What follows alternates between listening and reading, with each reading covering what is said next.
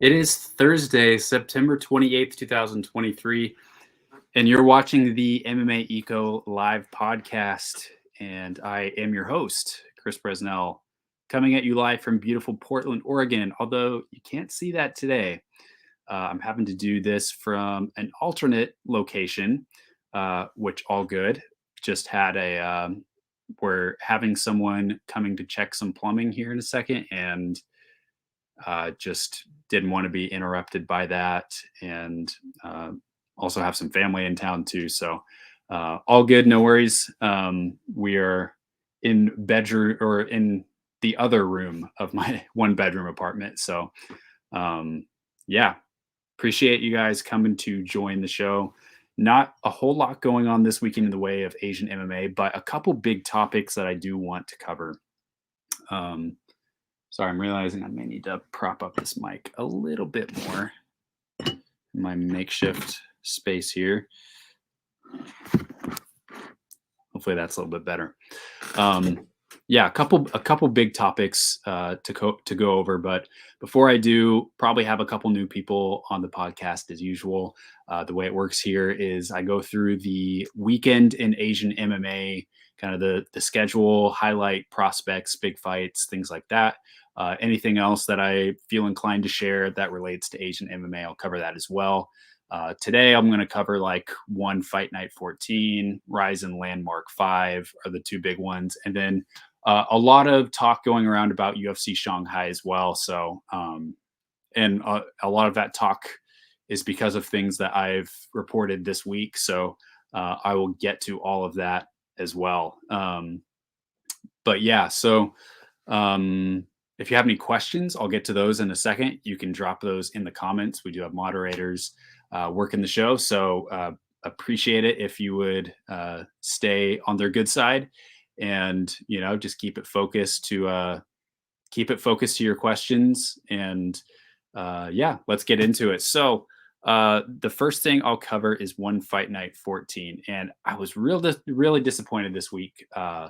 I don't know what happened. I filmed twice filmed a breakdown for Ham So-hee versus Stamp Fairtex, because it's a really big fight, right? Like in this event or this fight, I was like, is this actually like the best Korean fighter versus the best Thai fighter?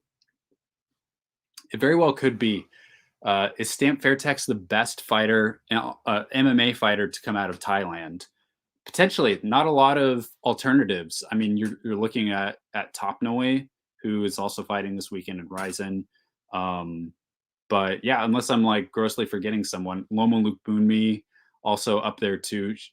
Would be really interesting if they ever fought each other, Stamp and Loma. That would be a really interesting fight. But yeah, I mean, you're really just looking at those three fighters. So could be Stamp Fairtex, and then best fighter out of Korea ever. Obviously, Korean Zombie is way up there too. And you've got Kim Dong-hyun, fought in the UFC welterweight division. Yeah, hold on, I'm just gonna make sure of all the tech stuff. Okay, yeah. Just making sure all the tech stuff is working out since I'm in a different location.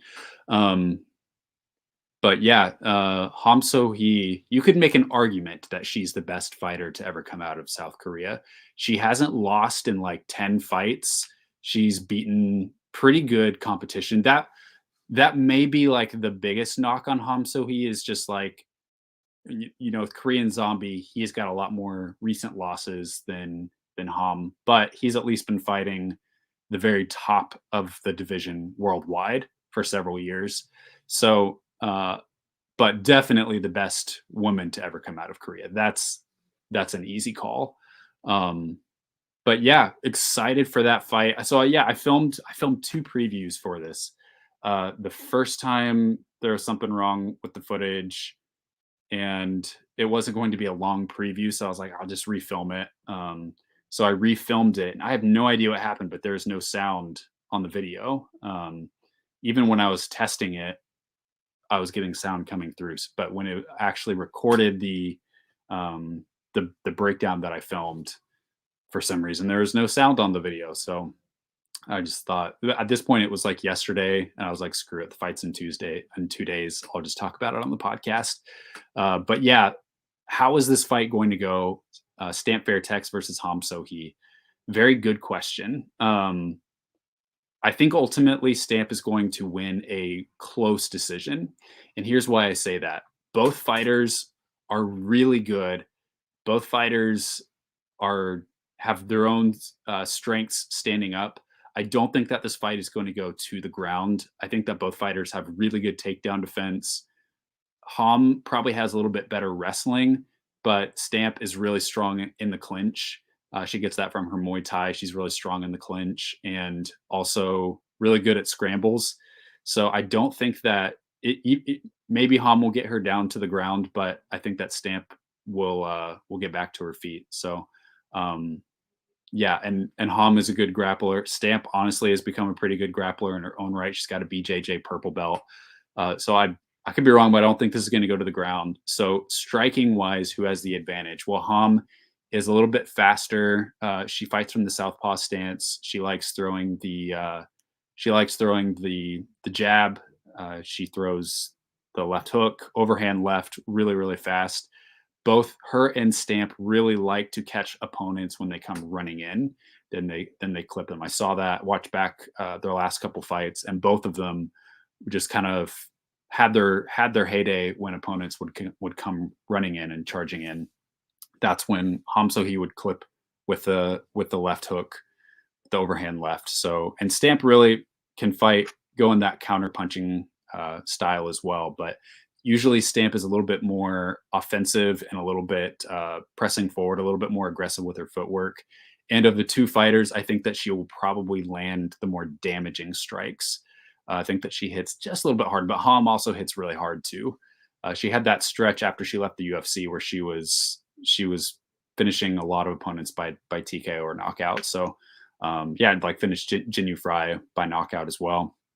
So she definitely has the firepower to do it, but if she can do that, if she can land that good punch against Stamp, Stamp definitely knows what she's doing on the feet. So this is a very interesting situation because I thought if this was contested under the like typical unified rules where you judge round by round, I would maybe lean towards Ham just because I think her quickness that she could be able to win just enough rounds to win a close decision if we're doing round by round. But since one championship, Stamp could land one really damaging shot in one round and win the whole fight off of that whole punch if Ham can't match or exceed that. So this is an instance where I say the winner of the fight could be declared by the scoring system, and I think that Stamp, her style may be a little bit better for one championship than Ham Sohee. Um, so because of that, I'm just gonna barely lean towards Stamp, fully acknowledging that Ham could also win the fight. She's a really smart veteran. She's been around way longer than Stamp has, at least in the MMA side of things. So, yeah, she's like 11 years older than Stamp, 22 more pro fights, really experienced. So she could have the perfect game plan to land damaging shots against Stamp, and wouldn't be surprised about that at all. But that's kind of how I'm seeing the fight going. Um, yeah, let me know if you have any other thoughts about that fight, but very interesting fight for the interim atomweight championship. I kind of thought that at this point we would see if Angela Lee was going to retire, that we'd see an announcement about that so that they could just promote this belt to the undisputed belt. But as of now, as of 24 hours before the fight, no announcement. So that almost makes me wonder if maybe Angela is going to stick around, because I feel like if you're going to retire, it's sort of weird to wait until the fight is over and let the fight be an interim fight when you already know the answer. So I don't know. Um, I had heard some like probably second or third hand answers to that question of about if Angela Lee was going to retire, but I'm not putting a lot of stock in that since, um, Angela follows me on social media, but I haven't reached out to her or asked her. And, she's going to make that. Ultimately, she's the only person that should announce that. So, But yeah, otherwise you got Stephen Loman versus John Lineker. Really important fight at bantamweight. Can't wait for that. Uh, I feel like I'm probably leaning John Lineker on that, but yeah, it's hard for me to pick against John Lineker. He's just so consistent and like not consistently making weight, but a pretty he's really hard to take out. Um, he usually he usually gives every opponent a tough fight. So um, big test for Stephen Loman. Excited for that. Should be an incredible striking match. Can't wait for that. Only there's a couple other MMA fights on that card. Let me just take a look real quick. I heard about another MMA fight added to the upcoming one fight night card. Actually, I'm not sure if it's a Friday fights show. It's for the October 6th date. So let's see. Tomorrow night. Oh, we've also got Jinelin Olsen versus Jin Radzuan on the Friday fight show, the lone MMA fight. That should be interesting for one of them to get back in the mix. Okay, also you've got a rematch between Amir Khan versus Edward Folayang. Rematch. Folayang on like a ridiculous losing streak right now. Interesting to see if he can get back in the mix. We've also got Mauro Sorelli versus Paul Elliott at heavyweight, and then Blake Cooper versus Maurice Abevi. So those are your MMA fights. We've got Songjing Nan fighting in that special rules, kind of like cage 4-ounce boxing fight against Nat Runsak.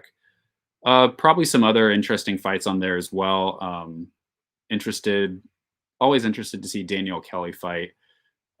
She's fighting a rematch. Don't know enough about them to be able to like give you any kind of like breakdown of those fights, but yeah, Danielle Kelly, kind of like her and Mikey Musumeci, kind of the face of one grappling right now, and the Rutola brothers, I guess. But let's go to RIZIN real quick. Let me share my screen for that, and we can take a look at this card. A couple fights that I'm interested in on this RIZIN card.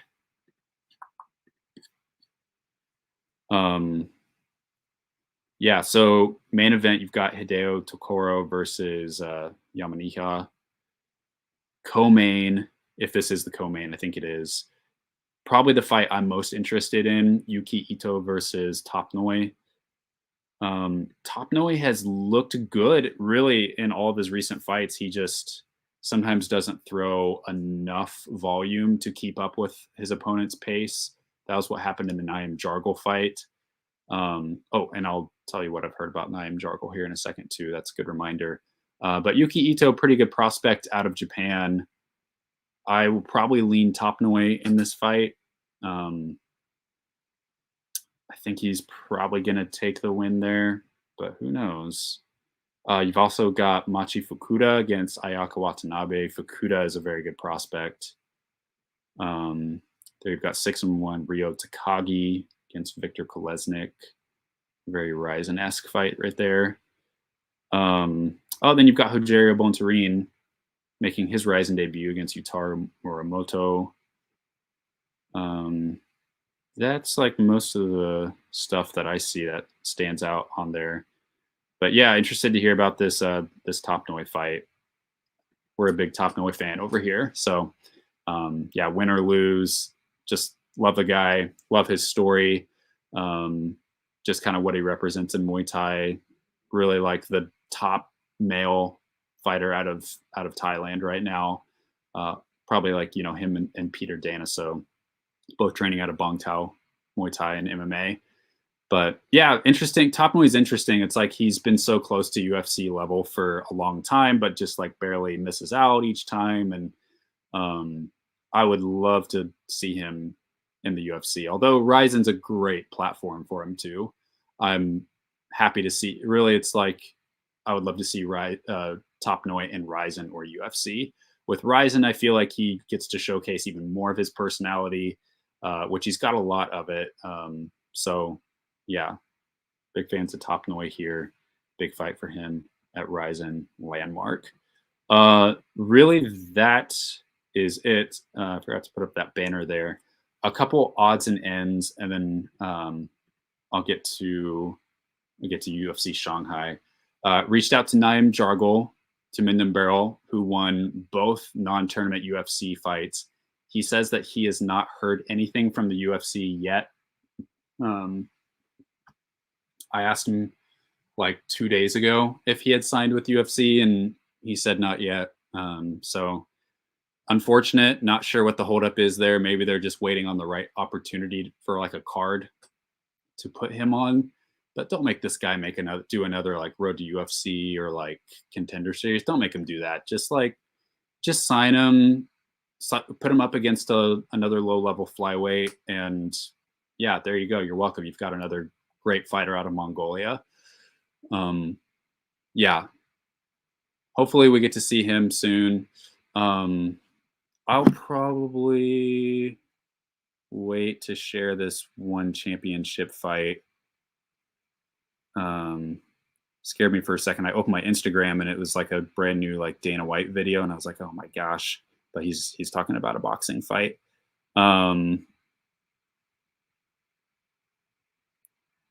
Yeah. Okay. I'll let you know. I'll let you know soon about that one fight. Yeah. Okay. UFC Shanghai. Interesting stuff. Had a lot. I mean, so earlier this week, I put it out there that Peter Yan versus Song Yadong was targeted for the main event of the Shanghai show. Also put it out there that Dong Huaxiang had signed with the UFC and was hoping to fight in Shanghai. And I believe as of now, there are only 3 confirmed official fights. I'll get to those in a second. But as of right now, like Shanghai is still not 100% confirmed. I've had people ask me that a lot. Is it confirmed? It's not, but I did see the first round management post yesterday announcing the Park Jun-young fight. They put Shanghai on that announcement. So it seems like fighters are being told Shanghai over and over, like even new fights, all that stuff. So I still feel pretty confidently in Shanghai, but for me, I think I'm just like waiting to for the UFC to announce that. It's got to be soon. We're at like what? It's end of September, so about 9-10 weeks away. So it could be maybe next week. I'm not sure. But yeah, wouldn't that would just suck so bad if like they had to move it to Las Vegas, like the Seoul thing. Not going to talk about that. Hopefully that won't happen. I don't think it will. But yeah, it seems like everyone is gearing up for Shanghai. Probably just a few loose ends to tie up there. But okay. So Peter Yan versus Song Yadong. That fight, I've heard some pushback from some folks saying that like fake news or that so and so denied it. I have not seen any like managers or fighters publicly coming out and shooting it down, first of all. And I also need to remind you all that some of the language that I very intentionally used, that there is a big difference between a fight being targeted and a fight being official. I have always used, like when I made the announcement, I said Song Yadong versus Peter Yan is targeted for the main event on December 9th, which is an event that is hopeful for Shanghai. Very intentionally used that language. What really annoys me is that when I put news out there, or other people put it, this happens all the time, almost every day in MMA media. Someone puts a report out there and then other news sites like take it up a level where they'll say, like, I saw so many posts saying like big bantamweight fight set for Shanghai. And I'm like, no, that is misrepresenting my report. That is not what I reported. I did not say this fight was set for Shanghai. So I stand by the report that this is still a fight that is like potentially and likely going to happen, but it's in MMA media. It's okay to report a fight if and it's not official, if as long as you're clear about the language. Now, usually, if a fight is just like offered, even like sometimes verbal agreements can get a little bit sketchy too. Just because the UFC wants a fight or offers a fight, usually I don't want to report a fight at that stage because fights are offered all the time and people have to turn down for various reasons, and it's almost not worth your time, and it can put the fighters in an awkward space talking about that. But when things are at a further along level, um, then yeah. And for in this situation, like I it wasn't like a he said she said situation. Like this was like a I'm working with a manager from a fighter and they're showing me screenshots of text messages like that are like, yeah, this fight is going to happen. And checked on this on both sides. So there could be other reports out there. I'm kind of just like, well, we'll wait and see what happens. But yeah, it would really suck if this didn't happen. It would really suck for me. But I also need to remind people that like I never said this fight was official. So if it doesn't pan out, it wasn't that I was doing fake news or lying. Um, we just need to be clear about the language there. So that's what I'll say about Song versus Yan. And I actually checked I checked on this literally like less than an hour ago. I just checked with some folks like, hey, like is it still looking good? And they're like, yeah, still looking good. So um yeah, that's what I heard about that. I'll know more about that in a second because I asked for some clarity on some things. But let me just show you where we stand with UFC Shanghai. So here's a little graphic that I made on what this fight card could look like. You'll see that there's a lot of fights in italics, and you'll see that there are 3 fights that are bold. And this is me assuming for any UFC card, you can bank on the ideal number of fights at 13.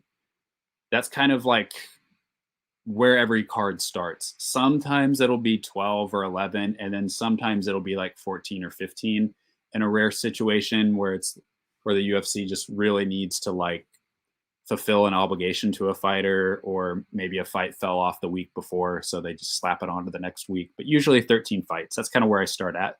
And so all the fights that are in italics are like, there's nothing official on this, not confirmed.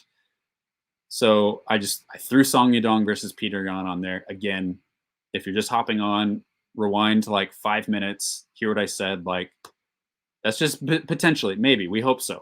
And then Li Jingliang is he is expecting to fight on the card. I followed up with his side of things this week, and I should hopefully be able to report that fight if it happens. I've heard he doesn't have an opponent just yet. So, but Li Jingliang, hopeful to be on that card.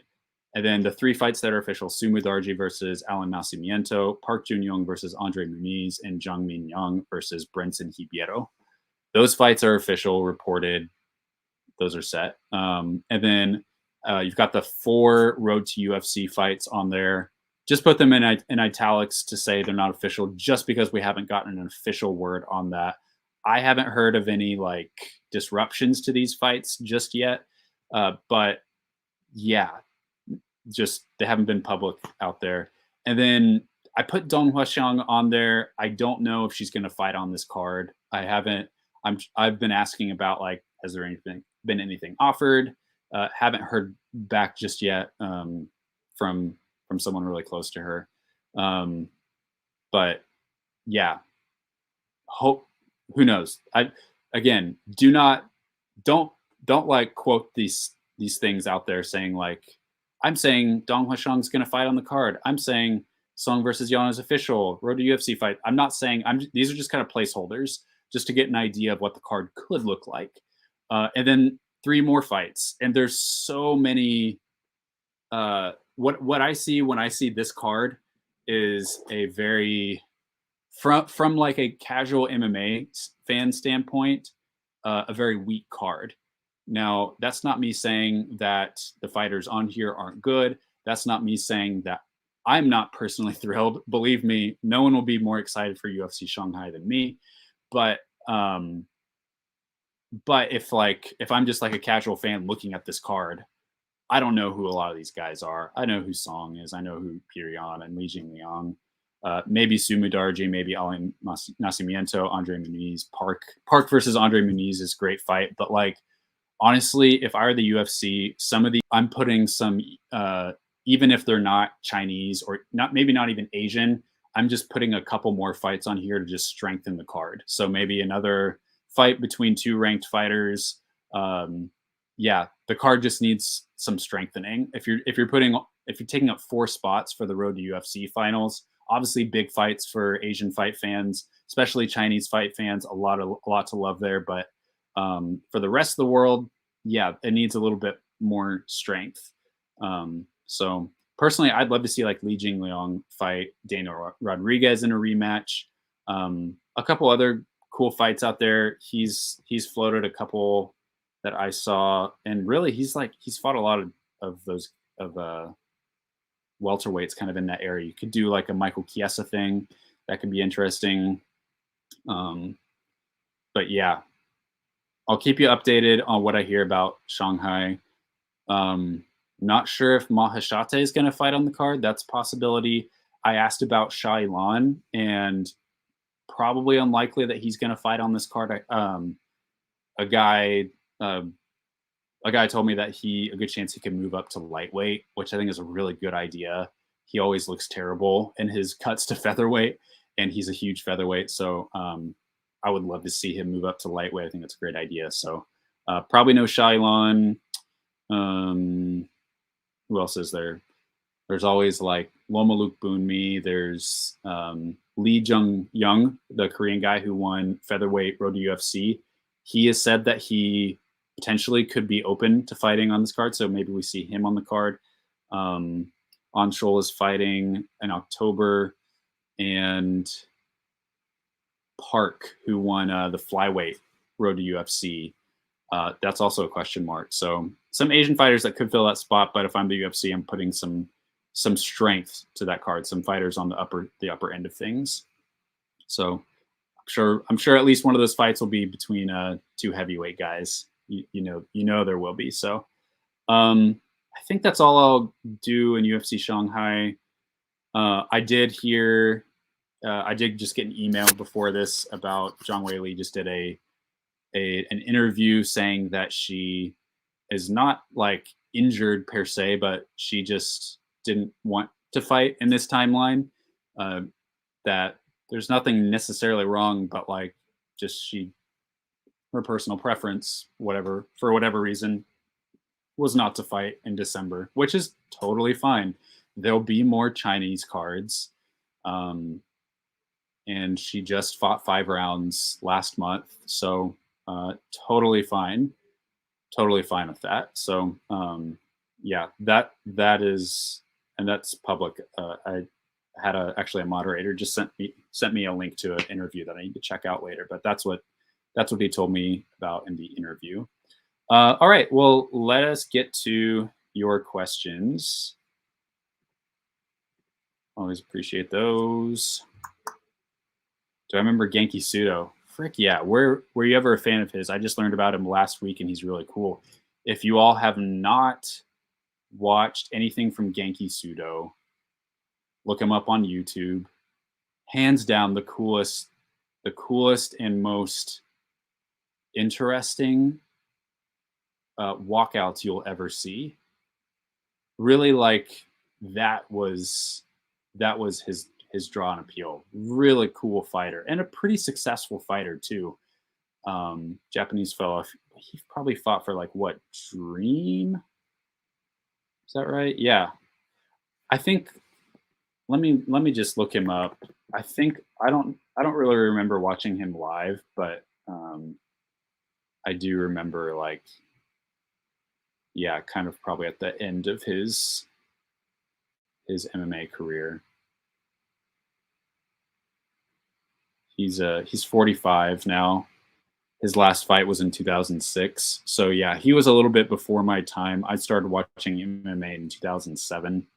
But no, okay, so no Dream. He fought for K1 when they're promoting MMA fights. He fought a couple times and he fought 3 times in the UFC. Um, he has a win in the UFC over Mike Brown. That's pretty cool. Has a win in Pancrase over Nate Marquardt. So yeah, Hoyler Gracie lost by KO to Kid Yamamoto in K1. Last fight was against Demasio Page, and he won that. Overall, he went out well. 16-4-1 record. Really good fighter. Yeah, he was cool. Just nothing but cool, for sure. Sorry, forgot to put your question. That was from Jimmy. George St. Pierre folding of a lawn chair. Why do one fanboys give Xiong Jingnan too much credit when she hasn't beaten anyone good outside of Angela Lee? For Xiong, I honestly like. I feel I don't know what the story is, but one has not drawn the best talent from the women's divisions. I'll be honest. They've got Angela Lee, who's like I think a pretty good fighter. They've got Xiong Jingnan, who I think is really good. Deserves credit for being the first Chinese champion of like a larger promotion.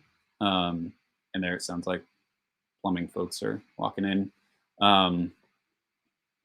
But really, like, I mean, they've got Meng Bo, Lin Hachin. They've got some other like okay fighters, but just none of them were like the level of Angela Lee and Xiong Jingnan. And you have to think that like how good a fighter is will rise often to the level of the competition that's available to them. And so, you know, when you had Xiong Jingnan fighting a lot of these very like one-dimensional grapplers, and I think that it just didn't really a lot of times bring out the best in her. She's had some performances that were really good, but like if Xiong were to fight in the UFC, I think that she would probably be ranked. I really do think she would, but I don't know if she would, especially now. I mean, like people have said that she's kind of slowing down a little bit, fighting a lot more conservatively. Maybe so. But yeah, I think that we just never really got to see her tested by a whole lot. And she never just really like got to work out her career in much of like a Shark Tank.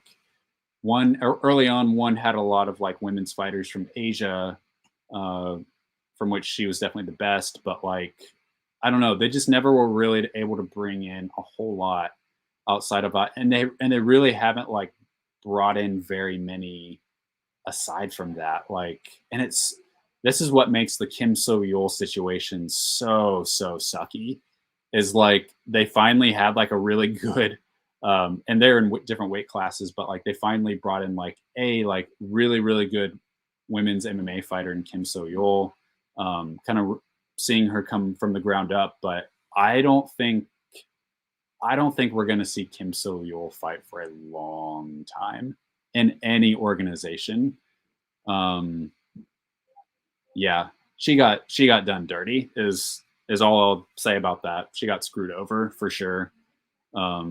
Really unfortunate situation with Kim So-yul, but don't think we're gonna see her fight for anybody in a long time. Messy situation. But yeah. And you're saying, yeah, had trouble finishing a 40-year-old Nicolini and Tiffany Teo, who does MMA as a hobby. Yeah, I feel like Xiong had has potential, but a lot of these opponents just aren't really bringing out the best in her. Is it on her to go out there and like finish people she's overmatched against? Yeah. So that's where I'm like, is this something mental? Not really sure. What's up, Fiend MMA? Thanks for hopping on. What do you think of PFL not televising their event in the US? Did they drop the ball maybe? It sounds like it was like a rights thing with kind of like with DAZN and ESPN, where they maybe just couldn't get it figured out. And it was like, yeah, for sure. One thing interesting with PFL that not a lot of people are talking about is that their rights deal expires at the end of November with ESPN Plus or ESPN. So that could be interesting how that factors into like the whole Bellator thing. Is PFL going to are they going to re-sign with ESPN? It goes until the end of 2023 and their last event for the year is in November. So I don't know how that's going to work out. I would think, I would hope like now that they have DAZN and PFL Europe, like they've got to figure out if they're adding more and more leagues, they've got to be able to figure out how they can broadcast. It's like, well, PFL Europe is meant for Europe. Like, yeah, but your biggest audience is still going to be in the US. And that's where like the media is watching. Most of your media in the US, and they're the ones kind of like, it's really important to have a rights deal in the US, even if it's not necessarily meant for the US, for exposure, for growing your fan base. Yeah, really sucked that it was, I think maybe going to be on YouTube, but now it's not. But honestly, I think a lot of us know how to watch, how to watch. I mean, I would be lying if I said I hadn't found alternative ways to watch PFL Europe streams. So, but yeah, I know some people are like, this is a very Bellator thing of them to do. I'm like, yep, you're right. You're right. Totally. All right, Sammy. Yeah, you got the goods for me. Okay. Don't know if you read the Bloody Elbow article, Goats in Sports Like MMA and Grappling, Gordon Ryan, Athletes, Asterisk by William Watts. He says, to translate an entire athletic career into a few numbers erases what it took to record those numbers. It takes the fun out of watching, learning, and doing the sport and hurts it. Do you agree that GOAT talk hurts sports? I think that you could also make an argument that GOAT talk grows the sport because it's conversation. I do think that GOAT talk is a little bit pointless in a lot of ways. Like when it comes down to it, it is pointless because you're comparing things that can't really be compared.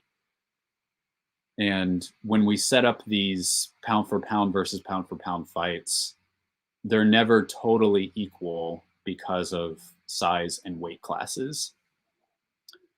There is no objective way to measure skill versus skill. And also when you're talking about different eras, when you're talking about Anderson Silva versus Israel Adesanya, there's no real way to compare prime Anderson Silva versus prime Adesanya, prime Fedor versus prime Francis Ngannou, all of that. Like there are no objective ways to compare those, but inevitably the conversations with are going to happen. It's part of being an MMA fan, but I can see how like GOAT conversation could diminish how we appreciate certain fighters. Is he the best? Like, is Volkanovski like the best featherweight ever? Well, not really sure because like Aldo and Volkanovski, different eras, hard to objectively compare. But yeah, so I don't know, but how do you not have these conversations at the same time? How do you not, when Volkanovski's going on a tear, how do you not compare him to Aldo? It's our nature to ask these questions, but yeah, I could see how like it could hold us back from fully appreciating each fighter at their own time in their own era. But I just think you can't expect fans and by extension media to not have these conversations. I think as media, if we're the ones kind of leading the conversation, we might be able to do a better job at adding more caveats and nuance to be able to explain how these things are not really comparable. So that's what I'd say about that. Kind of unavoidable. Do I consider Volkanovski an active champion? Totally, I do. Why do I see people on YouTube complaining that Wei Li is inactive despite having 7 fights since 2019, just like Volk's after Song Yang was reported? Well, yeah, I mean, there's champions that are less active even than Wei Li. It might just be that folks see fighters that they want her to fight like right away, like Suarez or a trilogy with Rose. And they're saying because she's not like pining to fight them right away, that she's not active. But yeah, I mean, if you look at like champions' typical schedules, she's right on pace with that. I think she's right on pace with that. Volk is absolutely an active champion. He's one of like the city kickboxing champions. Adesanya and Volk are arguably like the most active champions. Volk has fought twice this year. In February and in July. Adesanya fought in April and in September. 2 times. If you're fighting twice a year, you're the baseline standard. If you're fighting 3 times in a calendar year, you're an exceptionally active champion. And yeah, as far as I know, both those fighters on that. Hey, seems like Jekka wants to make his debut ASAP. Been in San Diego for 6 to 7 weeks now, so looks like real soon. He's been teasing for a while. I don't know if anyone's available for him. Someone messaged me on Instagram. I'm guessing someone that understands Indonesian. And he sent me a video from YouTube from Ronald Siahan, one of his teammates, guy that was supposed to fight, Road to UFC guy.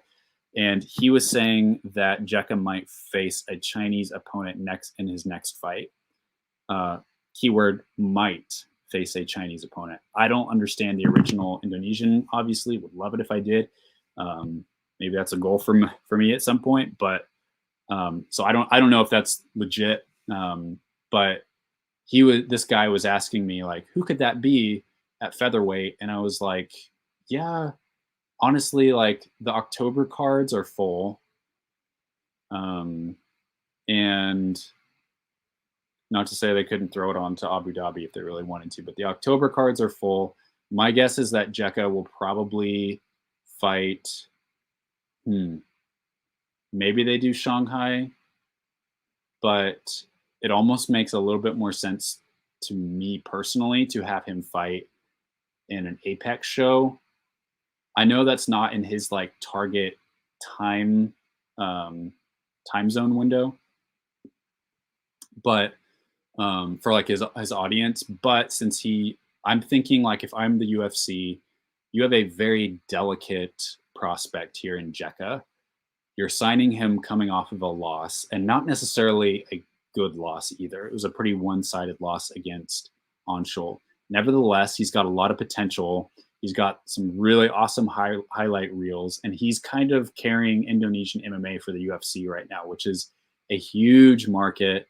They're hoping to go to Jakarta next year. So, like, if I'm the UFC, I'm going to be really careful on how I handled Jekka Saragi's UFC debut and career. I'm putting him against the like most low-level lightweight, although heard he could go down to featherweight. So I'm putting him against the most low-level guy, giving him everything he needs, and making this like an easy trip for him. Not that I don't think that you could give him like a squash match, but yeah, it's not a good look if he comes off a loss in the UFC and then loses his next fight in the UFC. It's not a good look. So that's why I'm saying like maybe put him on an Apex show where there's very little pressure. There's not a whole like arena full of people cheering for him.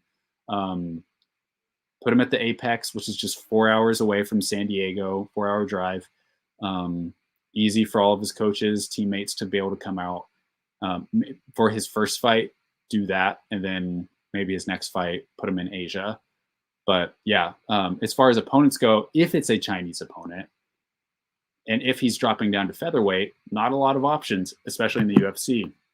Shailan is going up to lightweight potentially, and Mahashate is at lightweight. Really no like featherweight Chinese fighters that are available, and so I wondered if there's like some skin in that report that he is going to fight a Chinese guy. Honestly, the option that makes the most sense to me would be for the UFC to sign Shabin, because Shabin is a featherweight and he's on a win streak as well, and he's been in the UFC system for a long time. Contender Series alum, Road to UFC alum. So I don't know, just a guess. I may actually try and follow up on that, even just to follow up, see like, hey man, like you fighting at all in Shanghai? Like, have you been talked to about that? So yeah, that's my take on that. Ghost has done detailed breakdown of both Stamp and Hamda he released Sunday. It's like 2 years old, but still be relevant. I haven't seen that. That's good. I need to check on that. Both guys, or both fighters have fought a bit since then. So, yeah, you're saying it's pretty sarcastic and negative. Sure. Another article that I really enjoyed was Drake Riggs' article. Talked to a lot of folks that had fought both fighters recently, and just interviewed a lot of previous opponents of both women. And I thought that was really interesting. That was on MMA Mania. Check that out. It's also on his Twitter. Yeah, emailed you. Yeah, okay, yeah. This is what I alluded to earlier about Zhang Wei Li. Bontarine already fought in RIZIN, got knocked out by Yuki Matoya not long ago. That's right.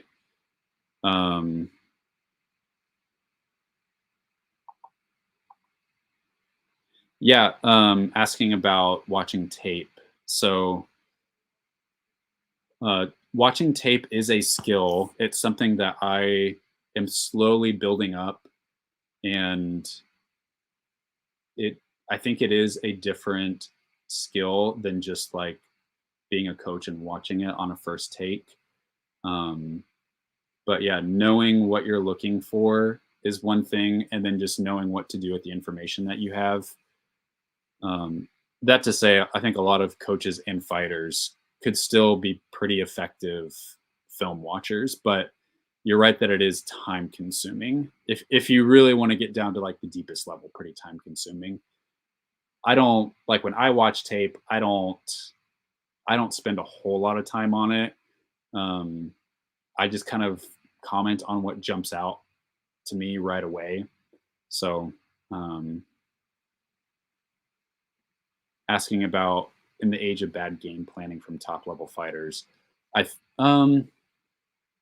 think that a lot of top level fighters are so confident in their own skills that they almost don't care what their opponent does.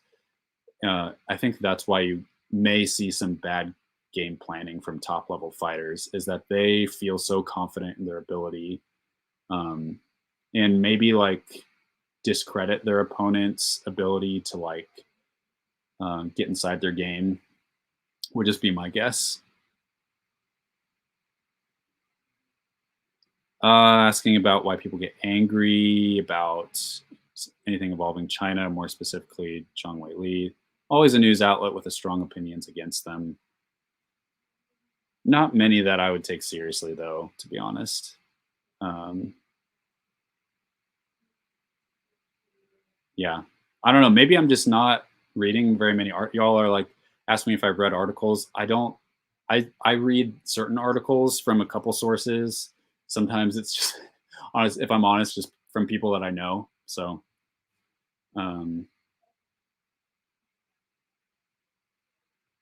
yeah. Okay. You remember the time Jack Slack jokingly reported that Khabib got KO'd by Zab Judah? I don't.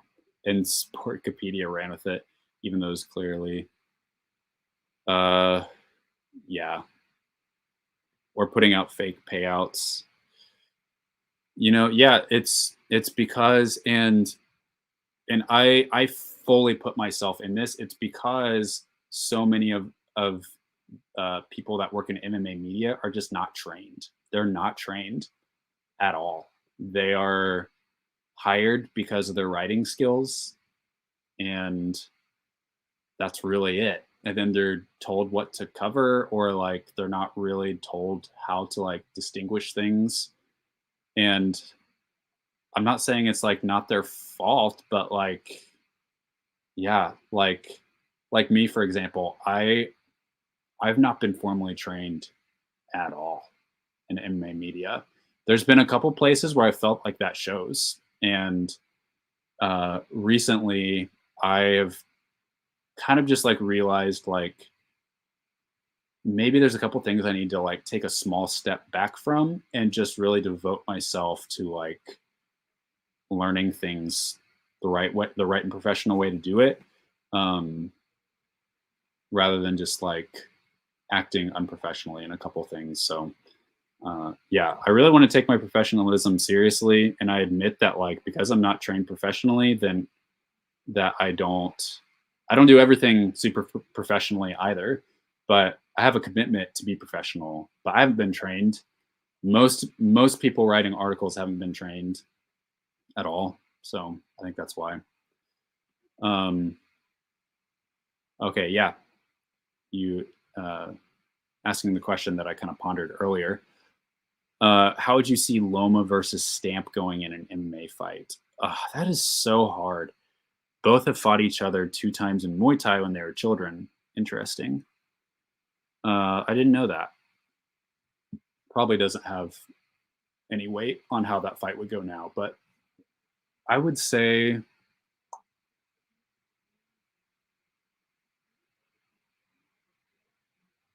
I may lean ever so slightly to Stamp. I don't know. And then it's like the whole question of like, well, what rule set are we under? Are they fighting in one, or are they fighting in UFC or anywhere else? Or RIZIN. That's tough. Like Stamp has literally fought her whole MMA career for one, and so she fights in that flow. Knees on the ground, totally good.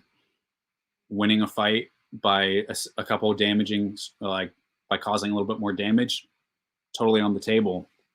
I don't know. I don't know. Maybe I would lean a tiny bit towards Stamp. It's definitely, I think, more likely to happen in the UFC than in one. Although Stamp not going to leave one championship anytime soon. That's for sure. She has the keys to the castle there. For sure. Speaking of PFL and Bellator merging, what would they call Fellator? That's hilarious. Merging.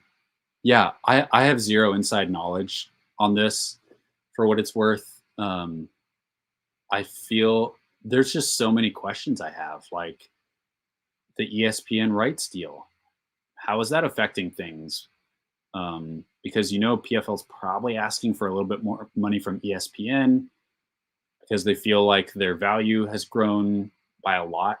How is that factoring into things and their ability to put money to buy Bellator? What's going to happen with Scott Coker? How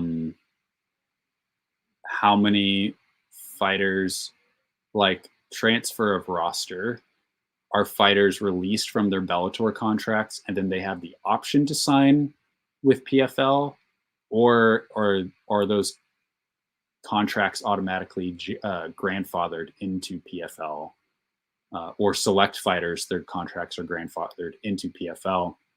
Because then you might have a situation where fighters are released from Bellator, but then like they're like, no, I'm going to go fight for the UFC. Your Johnny Eblins, your Michael Page. Michael Page is a free agent, but Yeah, Yaroslav Amosov, Sergio Pettis, Patchy Mix, Vadim Nemkov. Yeah, I just have no idea what's going to happen. And even the more I think about it, like dropping tons and tons and tons of cash to get the best of Bellator's roster is, if you're going to drop tons and tons and tons of cash, if you're PFL, is that really the best way to spend your money? Sure, pick up like the top 5 guys from Bellator, but like, I don't know. I'm almost wondering if like, is it better, like if you've got $500 million, say, are you better off spending that 500 million buying all of Bellator and like a couple fighters, or are you better going after like 5 like A level UFC fighters that like, I mean, like an Adesanya or like a, yeah, any like top 3 UFC fighter? Are you better off allocating that money going for them? Think about the impact. Like, is it better off to just fill your roster with just more and more and more fighters that a lot of people don't know? A couple fighters that have some name value, but like even like Sergio Pettis or Vadim Nemkov, Juan Archuleta, like they've got name value, but they're not like Adesanya level, you know. So I don't know. I would have to see how this shakes out. Overall, I feel like PFL has pretty smart people behind them, but I just don't know. I don't know, guys. Will you be reading that bloody article? Okay, I will. I will. When you all tell me stuff to check out, especially when you bother me over and over about it, I do write it down and I do it. Some TMI health information for you. Learned this summer that I have ADHD, so I am someone who makes a lot of lists. So whenever people tell me things, I'm always like, oh, let me write that down on my list. Let me write that down on my list. So I'm writing down Bloody Elbow article. And I can't remember which one of you it was, but told me to check out that kickboxing fight. The Kimura fight. That was really good. Thank you for bothering me enough to tell me to watch that. Really enjoyed that. I don't watch a lot of kickboxing. That was really fun. Enjoyed that. Really super close fight too. So I did get around to watching that. Apex could be good for Jekka, or put him in December 2nd card, but put him really early in prelims when arena is not filled yet. If they did like a California card too, like I still have no idea where that December 2nd card is going to fall, kind of out of my like scope of things, but there's been so many rumors about that. Like there's literally been like 5 locations rumored for that Apex card, or for that December 2nd card. California being one of them. Man, perfect. That'd be another great card to put Jekka on. Trains out of San Diego for sure. Ghost. Yeah. Appreciate it. Appreciate you showing up. Wish you well. I've actually been on your show before, but left because I didn't want the boys asking me questions. Sure. You're sure wouldn't want to impose.